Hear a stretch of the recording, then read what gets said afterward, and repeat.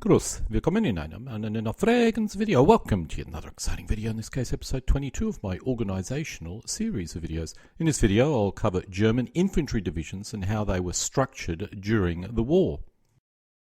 I created this video in order to assist my efforts in creating army lists for a number of different micro-armor sets of rules. I found it surprisingly difficult in getting accurate information on this subject. Either I could obtain an accurate snapshot of a formation, but could not obtain info on the changes which occurred, or there was a serious mismatch between formal organisations and actual organisations. Before I proceed, just a quick caveat. My analysis of TO&Es has been focused on creating army lists for micro-armor sets of rules. As a result, it would not meet the robust standards of a proper historical analysis. So, if your expectation is an in-depth, never disclosed analysis of the structure of a division, this may not be what you need, but nonetheless, view it and see for yourself. Another point that I wish to raise is my sources. In some cases I have obtained high quality official structures, in other cases unreliable TO&E diagrams. The bulk of my information comes from the excellent Niehorster documents. In my case I use the source from Karl and the www.niehorster.org site. My other sources are too numerous to list, but they range from wargaming TO&E books from the 1970s to Wiki and many other various assortment of sources.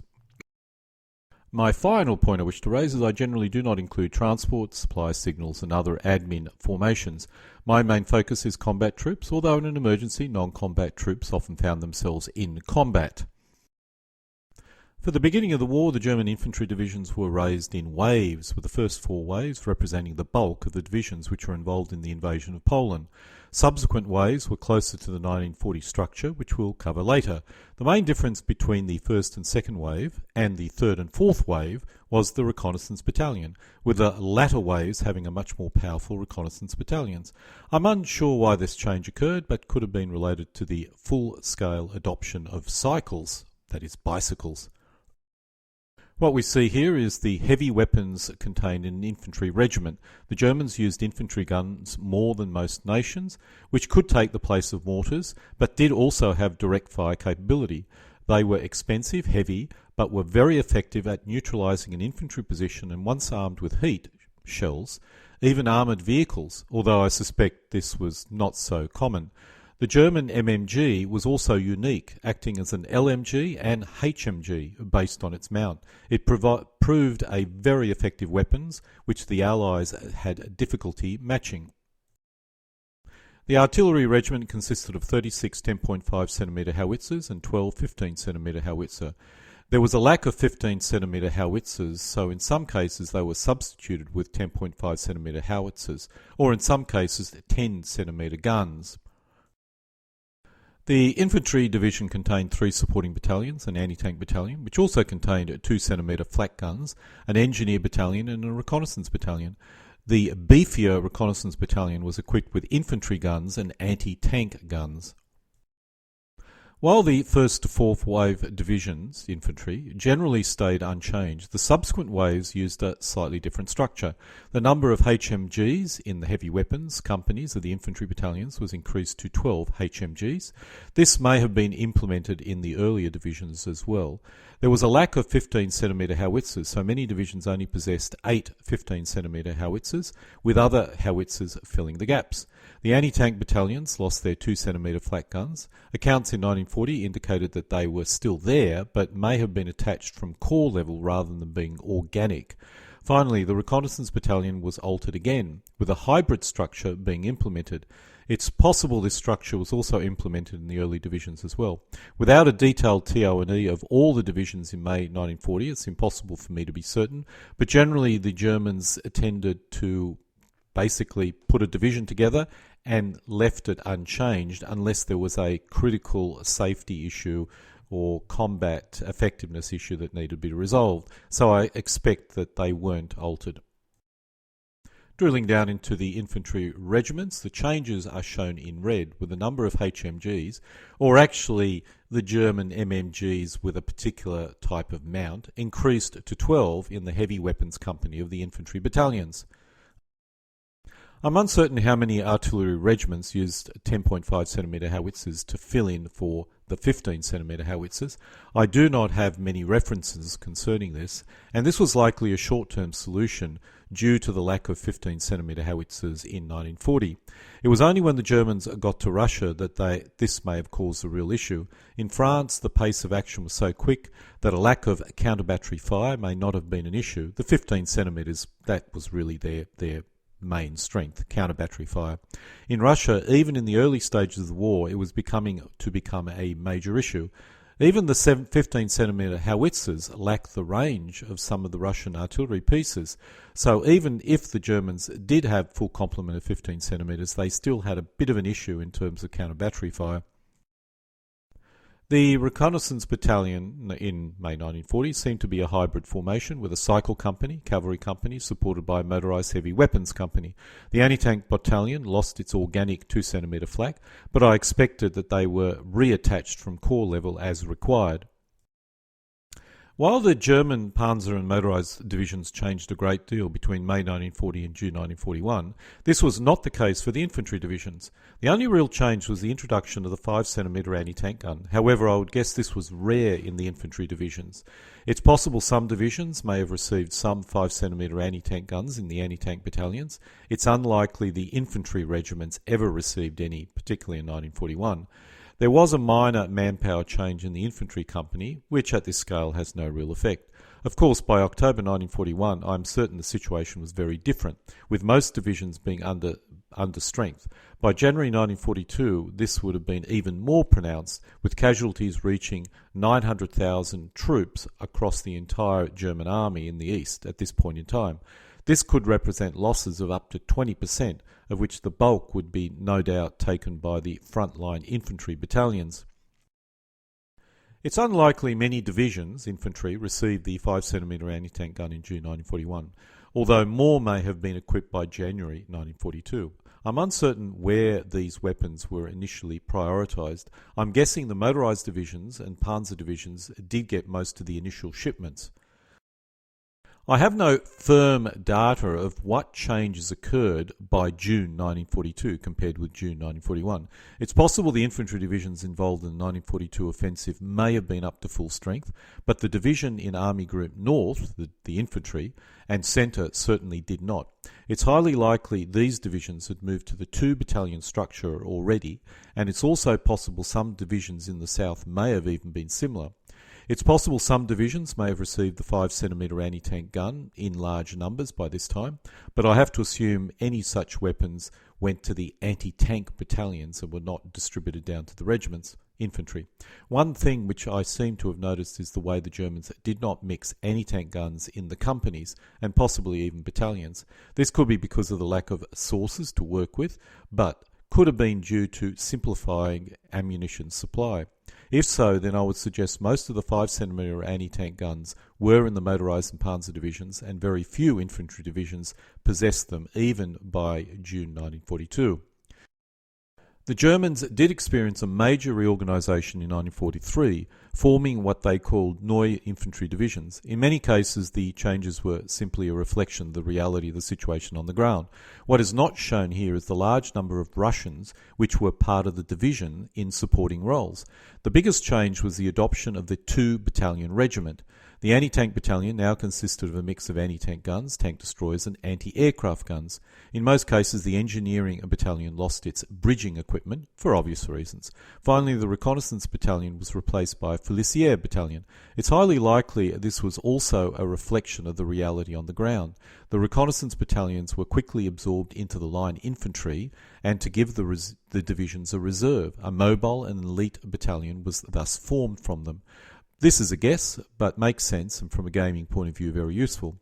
I'll deal with the equipment changes in the following slides or images. The most obvious equipment change is the introduction of the Panzerschreck and the reduction in strength of the anti-tank guns. While most would be 5cm by August 1943, with a rare 7.5cm anti-tank gun, the shortfall was taken up by the Panzerschreck.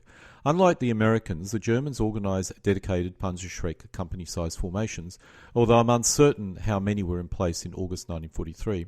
I suspect not many.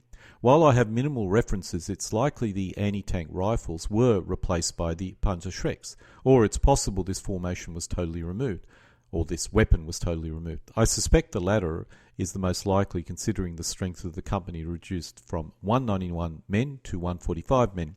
Schwier considered ad hoc allocation of this weapon as a waste, that is Panzerschreck, and under his urging the weapons were concentrated to company-sized formations. As a result, I suspect if a Panzerschreck company was president, the ad hoc formations were not, and vice versa. In terms of manpower, this represented a major drop. However, the number of LMGs did dramatically increase. Many divisions were also equipped with the SG-44 assault rifle, so firepower probably remained the same, if not improved. In defence, this was adequate, but in offence, the lack of feet on the ground would have an effect. Finally, the 5cm mortar was gone, at least officially. However, the German infantry did try and hold on to this weapon, as it gave the infantry on foot some indirect fire capability. There are references of this weapon still being used in Italy well into 1943 and early 1944. In its place, the 5cm mortar was assigned to the infantry company. I also suspect the 12cm mortars may have also made an appearance at this time, but I do lack any firm evidence of this.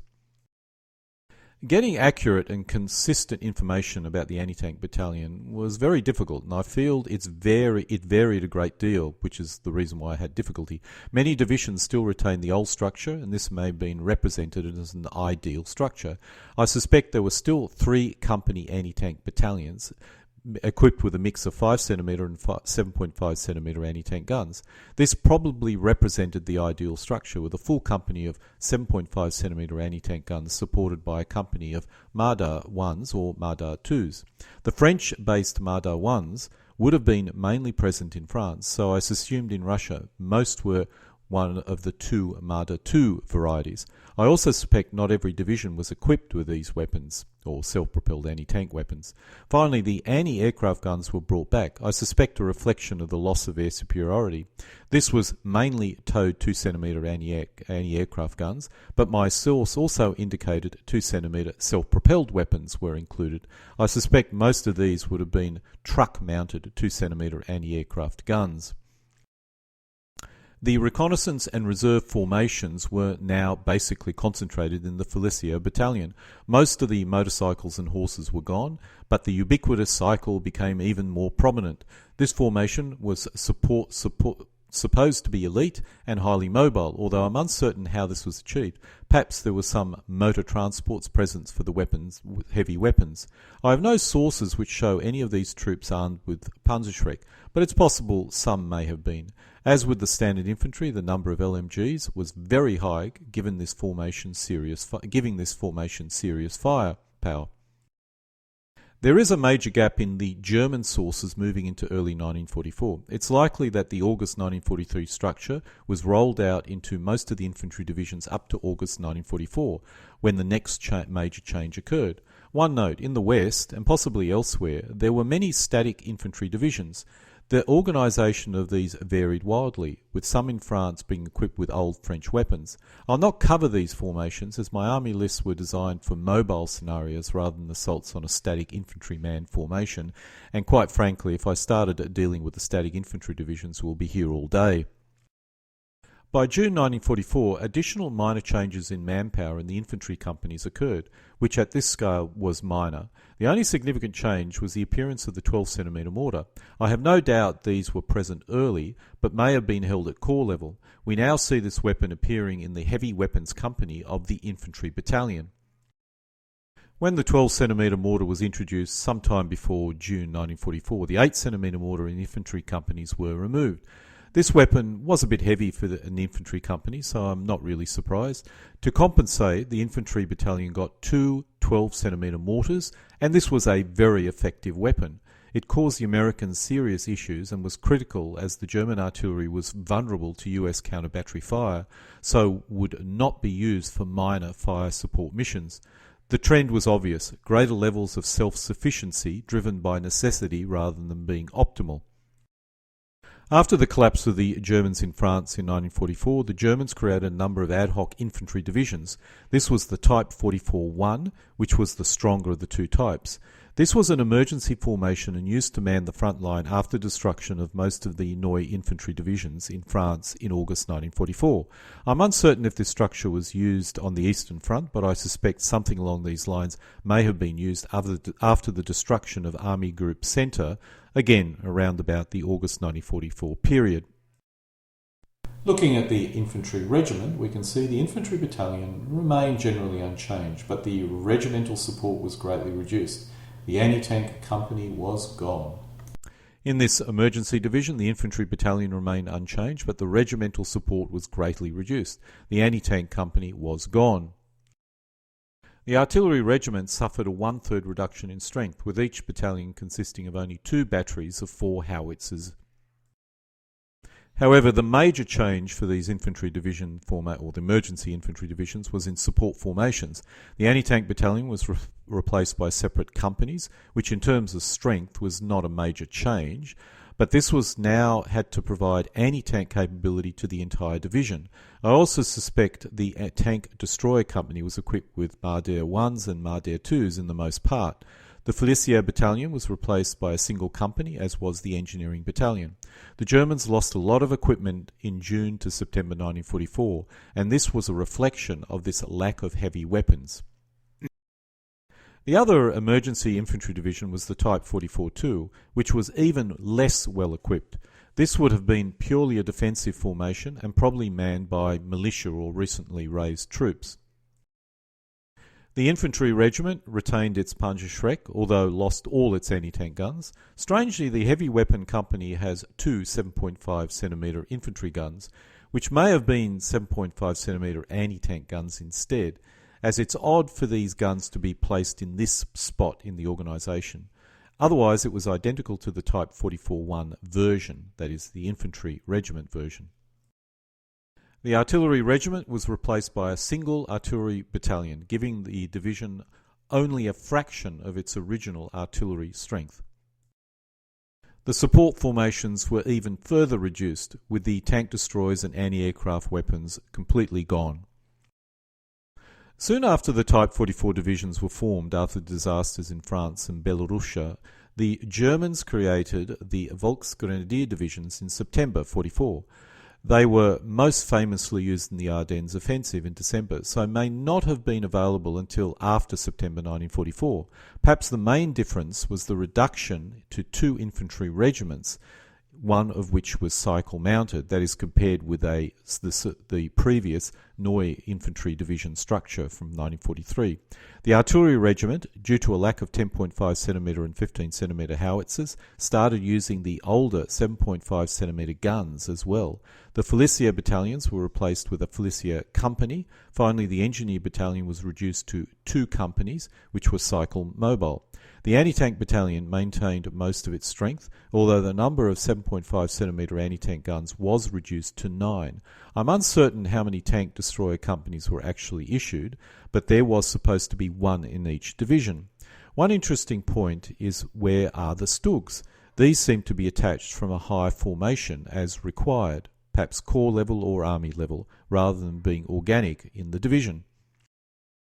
Looking at the Volksgrenadier regiment, we can see the supporting formations had changed a reasonable amount. The 15cm infantry gun was removed and replaced with a 12cm mortar. The infantry gun was effective but very expensive, so the losses between June and August had probably caused this. Regardless, the 12cm mortar is probably a better support weapon, lighter, higher rate of fire and good indirect fire capability. The only missing link or element is direct fire capability, which probably the 7.5cm infantry gun could provide regardless. The other interesting formation was the Panzerschreck company, which now consisted of 72 anti-tank rocket launchers and had fully replaced the anti-tank guns, again caused by heavy losses in the previous 3 months, I would imagine. At this point, the Germans were concentrating all their Panzerschrecks into these company-sized formations. I'm uncertain if they were parcelled out or operated in larger numbers, as the operation of these formations is a little bit of a grey area for me. In the infantry battalions, I strongly suspect there were no Panzerschrecks included, but as one unreliable source indicated that this existed, I have left it in. We now see 7.5cm infantry guns in the battalion, giving the entire regiments more of these weapons. The number of heavy machine guns was reduced, as was the strength of the infantry company to really little more than almost half that of the 1939 infantry company. Let's drill down into the Volksgrenadier regiments. The standard Volksgrenadier regiment's support formations had been changed compared to the 43 version structure. The 15cm infantry guns were removed and replaced with the 12cm mortar. The infantry guns were effective but expensive, so the losses between June and August had probably caused this. Regardless, the 12cm mortar is probably a better support weapon, lighter, higher rate of fire, and good indirect fire capability. The only thing missing was the direct fire capability. The other interesting formation was the Panzerschreck Company, which now consisted of 72 anti-tank rocket launchers and had fully replaced the anti-tank guns, again caused by the heavy losses in the previous 3 months. At this point, the Germans were concentrating all their Panzerschrecks into these company-sized formations.